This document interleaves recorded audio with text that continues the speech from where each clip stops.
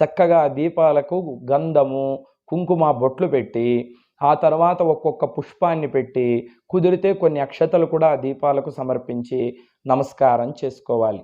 ఆ తర్వాత మహాగణపతిని మనం ప్రార్థించాలి. ఎందుకంటే ఆదౌ పూజ్యో గణాధిపః.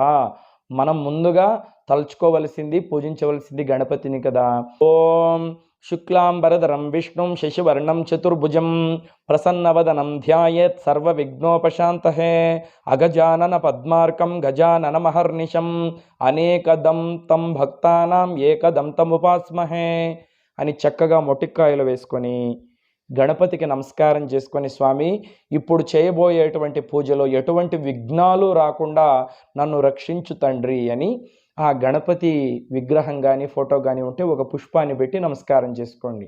ఆ తర్వాత సరస్వతీదేవిని తలుచుకోవాలి. సరస్వతీదేవికి